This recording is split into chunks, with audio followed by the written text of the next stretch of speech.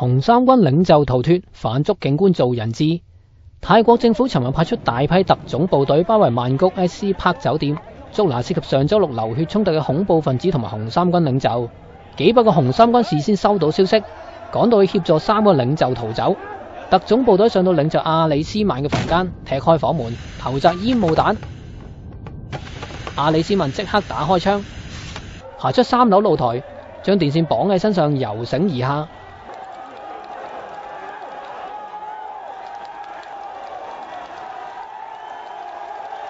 掉落一架嚟接應嘅紅衫軍宣傳車上面。